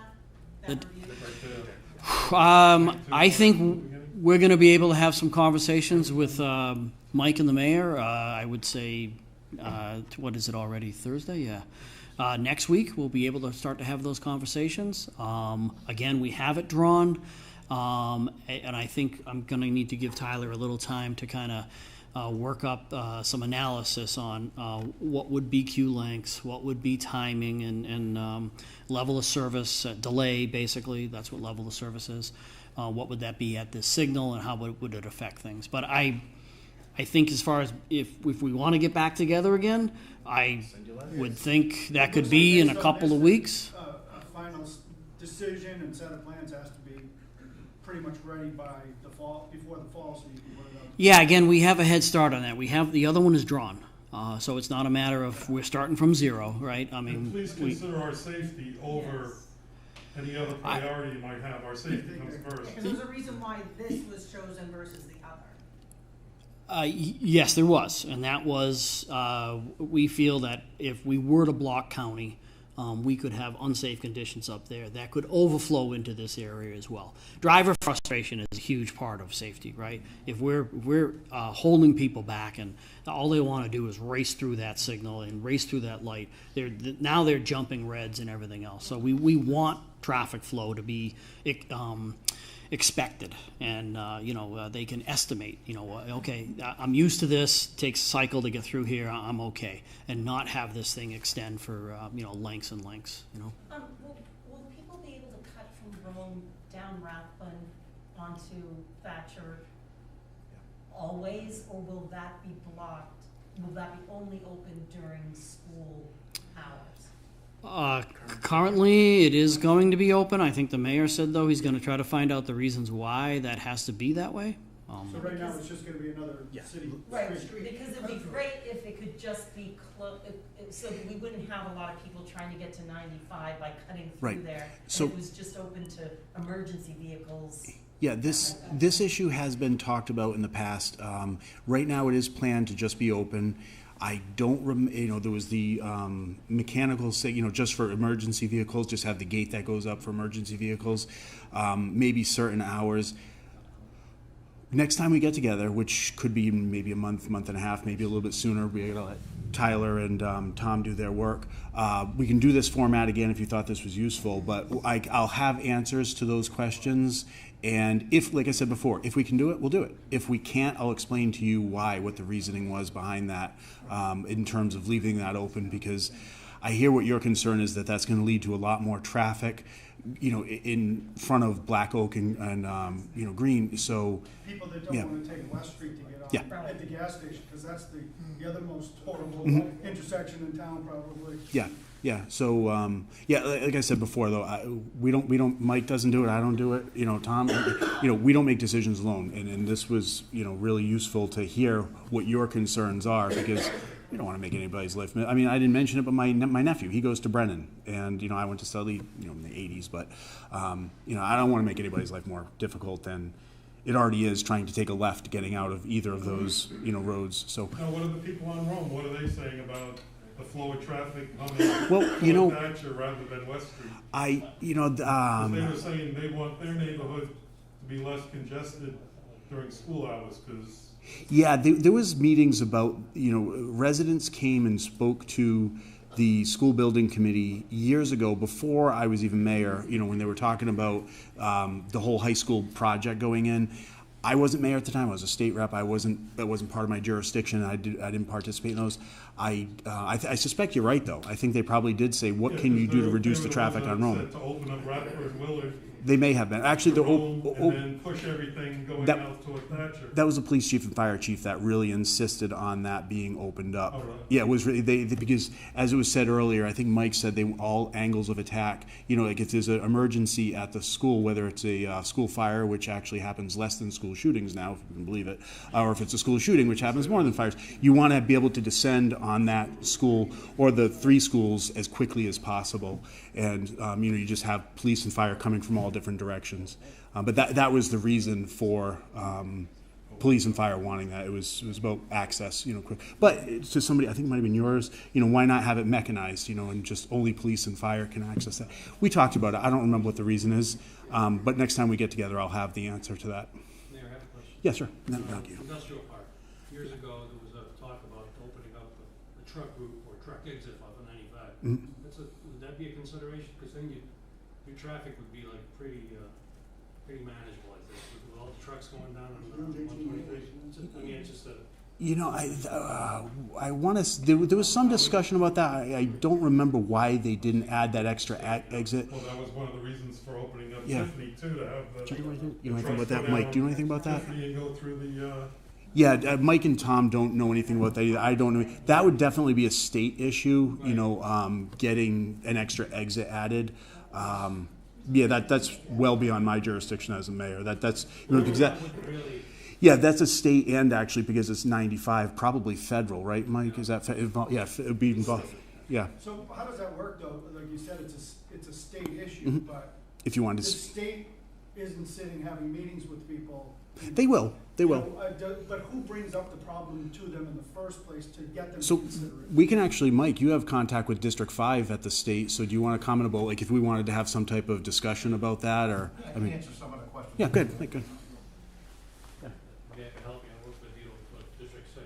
Yeah, and I saw there was another woman in the back there. I saw you had a question, but I'll get you in a second after we finish this issue.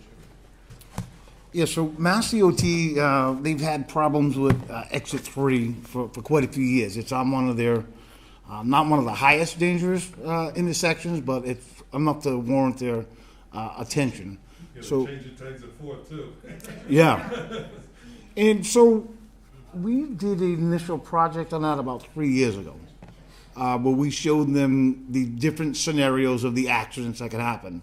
Obviously, the cars coming off of 95, trying to go through the center, you're at a dead stop. Cars coming behind you, cars getting right off of exit 3, and instead of going straight, no, now turning into the Dunkin' Donuts. Well, you think they're turning into the Dunkin' Donuts, only they jump the car in front of them, and they're actually going to Lathrop Street. So, and cars trying to get out of Lathrop Street and take a left onto 123 is another take your life in your matters hands. Almost all those accidents happened in the 40-minute meeting that we had there. They thought we staged it. They really did.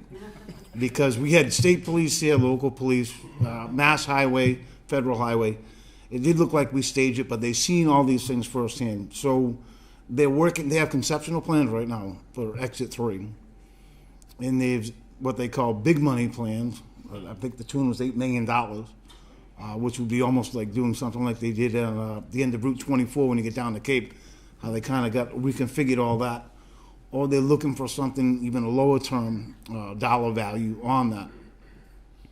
The whole problem with this comes up to, by Mass DOT standards number 1, the first thing you have to look into is whether or not a rotary would take care of this. That's their rules now. If it's wide enough to do a rotary, the rule of thumb is if a car's in perpetual motion, it's less likely to get into an accident, and they strongly believe that.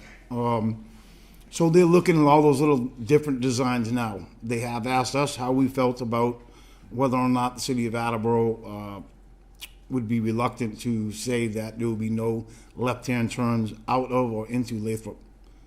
So that solves 2 issues. So we've talked about many different things.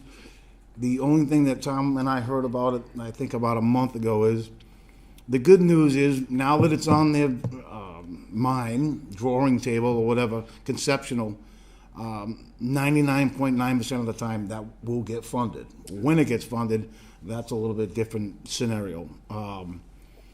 That's why they asked us to look into South Ave also.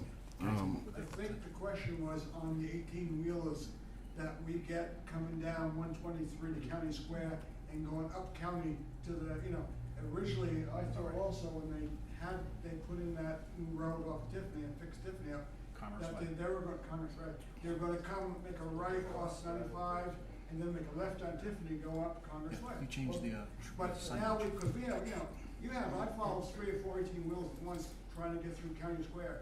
If this is a problem now, it's going to be worse with that light there. I think it'd be absolutely manageable if there was an exit coming up on 95. So to answer your question, those signs were put up last week. And at the What signs is that? the truck route to come out of the Morse's Pit. Oh, really? On those County Street now, the signs were put up last week. Those trucks ought to take a left.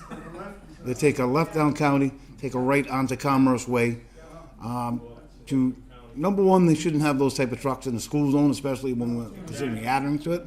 Number two, the state spent a lot of money on Commerce Way to make that road Is a somebody truck from the route. city or the state gonna notify Morse? I've notified Morse. Oh, good. So they know about it. The only problem we have is, as the mayor alluded to, they actually wanted me to put signs on 123. So they'd be taking the South Attleboro exit, if you will, instead of the Attleboro exit, and going down to Tiffany. I'd have to find out where I can put those. We, as a city, are not allowed. They just have to understand, it's in the state layout runs in there. We, as a city, are not allowed to put anything in the state layout without their express permission. So I am looking into doing that, but the other signs were installed last week. So we have, if I may tap in Mike for a second, maybe you'll answer it, man. So we have two questions. We had this woman in the back, then Jim from AACS has another question from online. Can your question wait because she was first, or? Okay, good. So we'll get you next. And ma'am, yes. Timeline question. So we live in a house where we've already been told we're going to lose our driveway. Like we're going to have to move our driveway. Which house is that? Which house is that? We're 537. So we're right on the corner of 123 and Are you this right here? That's us. I thought I recognized you guys. Yeah. So where park our cars now? Well, the timeline of like when would we know like That's the 40-foot. when we have to move and would they cut a new driveway for us into the, because I think, so our driveway right now is on Rathbun Willard, and they were talking about needing to take that's actually city property, and they're gonna need that for the light. So we're probably gonna lose that. So we're just trying to figure out if we're moving our driveway, I'm just trying to figure out timelines of when we know how much. I believe you spoke with my assistant, Bobby. I would ask him down. See, we had no idea that was city property in front where you park your cars now, especially when seeing there was a curb cut there. Once we realized it's city property, that's when I had a discussion with Tom about if we need to take a couple feet to widen this intersection, just to give it that much more of a flow, we would take advantage of that and also put the traffic boxes in that location.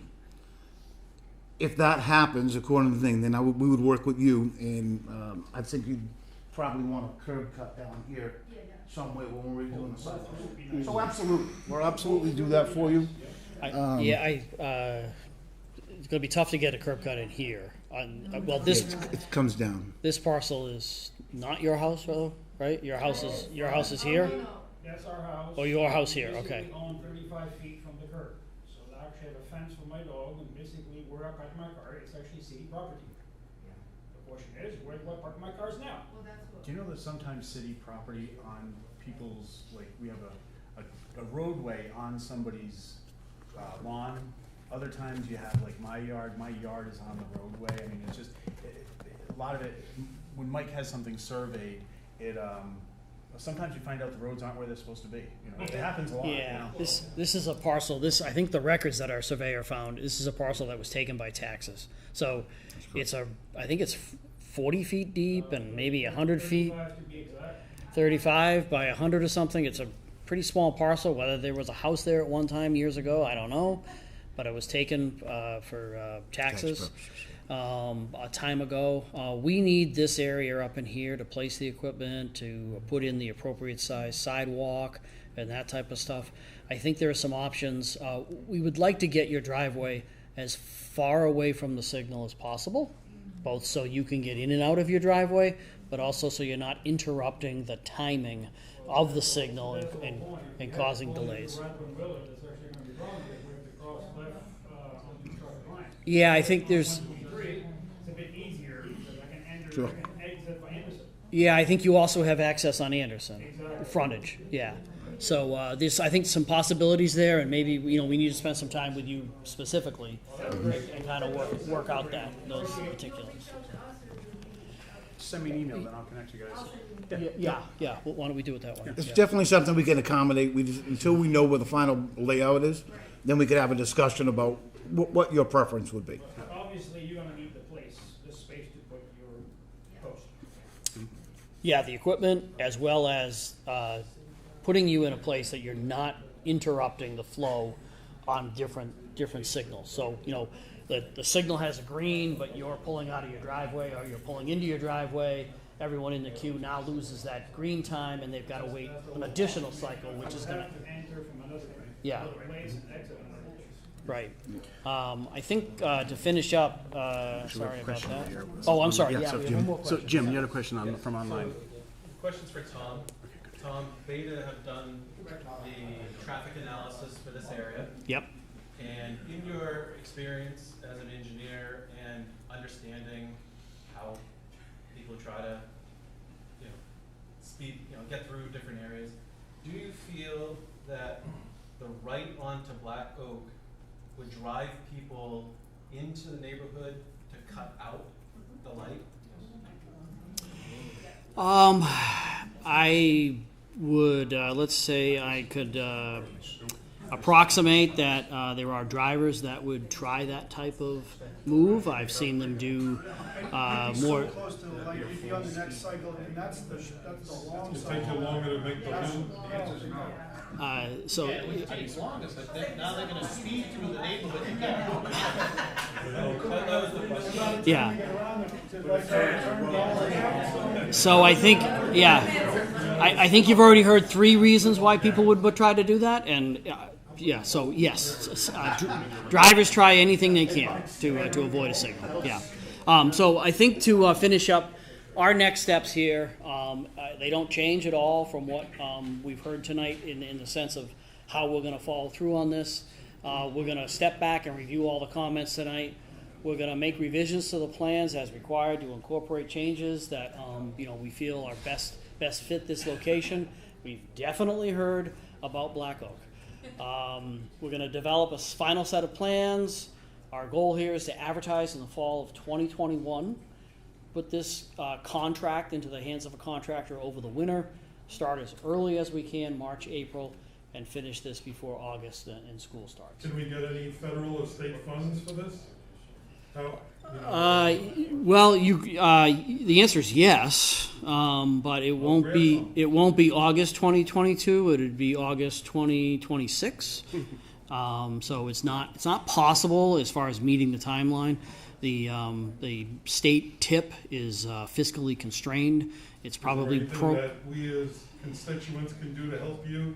So again, this type of money? This is already in the budget. Yeah, the next 3 years of the state's program is already booked. It's already accommodated for. It would take a project to fall off of that tip, and for this project to be the next ready one, and there's already probably 5 or 6 in line that are ready already and are in line. So this plan that the mayor and Mike have come up with and thought through is the most reasonable way to get this built in the timeline in order to get this in. Yeah, if I can comment on yeah. funding though. So as far as the funding of this goes, I've got to explain something really quickly. Every year, the assessor and several of the department heads that bring in revenues, building inspector is one of them, the budget director, the auditor, they come up with revenue estimates. How much money are we going to bring into the city? The state gives us a lot of money as well. We try to do that very conservatively, because if we are conservative with our estimates, we don't, let's put it like this, if we were very generous with our estimates and we say, oh, we're going to make $10 million this year, and really we only make $7 million and we budgeted for 10, guess what? There's going to be layoffs and cuts to services. So we do the opposite. We say, okay, we're going to make $7 million in revenues. I'm just making up numbers. We're going to make $7 million in revenues, but then we actually bring in $10 million in revenues. You know, people are buying a lot of marijuana. It's you know, getting a lot of tax revenue from that. You know, it's a growing industry. You know, so no pun intended. But yeah. So but that extra money though, so we budget for that $7 million, but then we really bring in $10 million. So that $3 million is what we call free cash. It's just surplus money. That's different than stabilization. So what I've already done is I set aside about $1 million to do this project, and Mike estimates it's probably going to cost $750,000, $800,000 maybe. So it gives us an extra $200,000 to make sure that all of the improvements we want to see are done. So there's no raising of your taxes. There's no need to worry about not getting a grant to make this happen. We're using that excess, that free cash, that money that came in above estimates. You know, it's kind of like if you have we don't do this in the city government, but if you have a job and your boss gives you a Christmas bonus and it comes in, it's a lot bigger of a bonus than you might have expected. It's kind of like that, same idea. It's just, we just, you know, casually call it free cash, even though it's not. But so that's how that's going to fund this project. So, does this involve any below the street construction? In terms of like sewer and water, yes. So what we would do, and Mike does this with, because anytime there's a street construction project, you know, Mike and Superintendent DPW, he connects with Verizon, to make sure there's nothing underground, Columbia Gas, like now EverSource, excuse me, the water department, the wastewater department. Who else do you connect with, Mike? Pretty much anybody that runs utility. Fiber. Yeah. Any cable company. Yeah. All the utilities. Anytime we're going to do a big project, because as we've said to each other many times, we look stupid if we throw down fresh asphalt and then 6 months later we have to dig it up because there's something, you know. So we check the water. We're actually doing a project on Reed Street starting at the end of the month. We're going to rip up the entirety of Reed Street, replace the water main, and then put fresh asphalt on top of it. We have another project on Bishop Street. We need to do the same thing, but Bishop is in terrible condition, but we're not going to repave it until we actually replace the water main. So that's why this. Like somebody said, why don't they just replace the road? Well, sometimes you got to work with the utility. Sometimes, you know, there's usually a lot of factors that go into it. Does that answer your question, though? Yeah, I was just curious when Good. the construction actually does start. You know. Yeah. Mike, he connects with all the utilities, make sure all that is good to go. Major construction's all going to be during the summer, right? Never. Yeah. So we've been here almost 2 hours. Some of you longer than 2 hours. I think the next step is that Mike, Tom, and I will reconvene. Adapt all of the feedback that you've given us, put it into the plan. You'll get another letter in the mail from me, and I'll say, okay, let's reconvene. It might be, maybe a month or so from now, give or take a little bit. As soon as we, sometime soon. You know, yeah. We need to stay on schedule, so I want to get together with you guys as quick as possible. Yeah, exactly. So we'll probably get together next week, but then I want to send a letter to all of you, give it like a week or two after you get that letter, make sure it's time to plan for it, make sure to get the letter time to arrive to you. So you know, sometime in the next month-ish. You know, it'll be soon. You'll hear from us again. Get access to those slides? Is that? If you want to post them up on your website. Yeah, actually, rather than posting them on the website, if you want these slides, remember, this is just a rough draft. This is a first look at it. Your feedback has not been incorporated into this plan. What I'll do is I'll get the PowerPoint. I think I already have the PowerPoint from last time.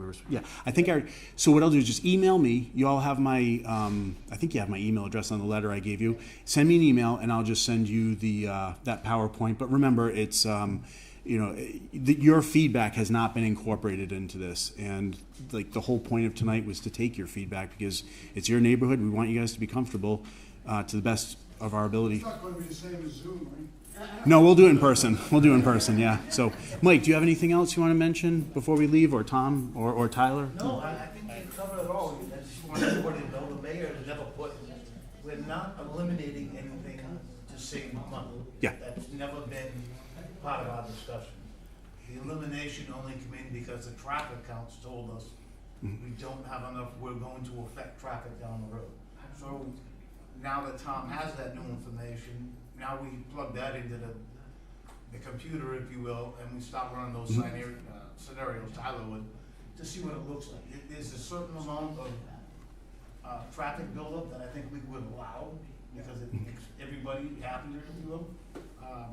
But once it gets to a certain level, then we're just taking the problem and moving further down the road. So- It's not something we want. Yeah, I mean, the bottom line is if you lock us into Green Hill, we'll never be able to sell our houses.